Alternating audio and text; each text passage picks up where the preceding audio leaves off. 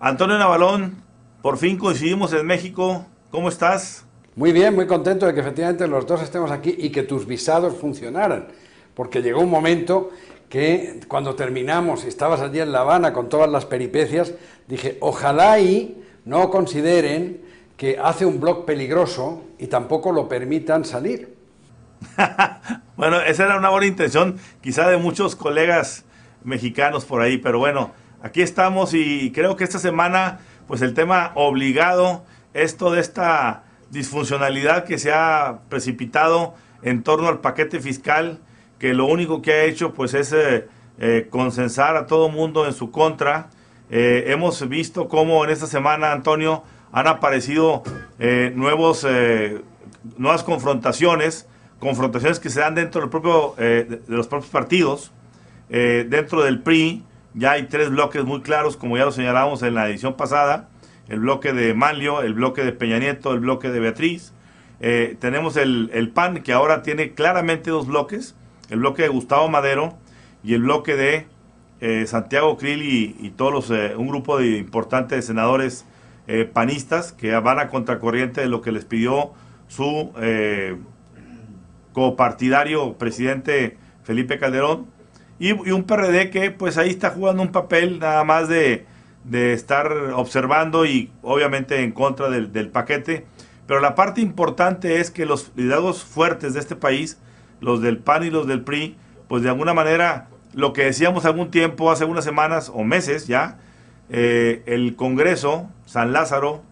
y en este caso Jicoteca también, se han convertido en el tablero del 2012, porque si tomamos los nombres de quienes liderean los diferentes grupos, pues tenemos perfectamente delineado 5 precandidatos importantes a la presidencia de la República, y se cumple la profecía que venimos anunciando de que el 2009 se está convirtiendo de nuevo en el 2003 de aquel célebre caso Manlio Fabio, Elvester, Madrazo, Salinas y compañía. ¿Qué opinas de esto, Antonio? Bueno, pues creo que, como siempre, hay que ver algún perfil positivo en la situación que estamos viviendo. La gran ventaja es que afortunadamente no existe una unanimidad a la hora de fijar posiciones, es decir, todavía hay esperanza, porque en el fondo lo único que crea esto, si es que alguien lo puede aprovechar, es la oportunidad de articular en este debate en el que está muy claro un punto, 2 puntos, el impuesto antipobreza, un punto más sobre el IVA, pero hay una gran pregunta que es, ¿y México? Todo eso, ¿a quién le tiene que servir? ¿Para qué se está haciendo? Ese es el principio y el fin, y la propia diversidad de sensaciones políticas no solamente cuestiona liderazgos, no solamente pone de prueba y sirve, vuelvo a repetir, para que salgan alternativas, sino que también demuestra que uno de los mayores problemas que hay es que no se ha sido capaz de articular una formulación de programa económico a través del presupuesto que permita apostarle a algo que no sea a nada más que a corregir el flujo de caja. Eso sigue siendo un factor fundamental, no es por insistir, nada más aburrido que uno dándose a sí mismo la razón, pero al final, en estas horas postreras, será el día de hoy, el día de difuntos, pero ya tenemos presupuesto de egresos. Lo que no tenemos es un proyecto de país. Lo que no tenemos son líderes que puedan plantear exactamente qué hacer entre qué, y desde luego lo que no tenemos, y en ese sentido me congratulo,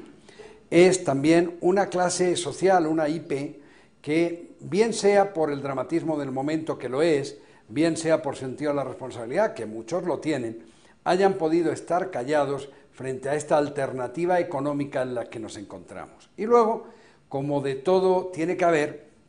pues me parece que hay una nota pintoresca, dramática pero pintoresca, que es eso de fiar al final la bondad, la capacidad o la incapacidad de nuestro presupuesto al hecho de que suba el precio del petróleo. Lo único que les falta ya es proponer a los mismos bien intencionados legisladores una cláusula o una enmienda constitucional donde se prohíban las guerras,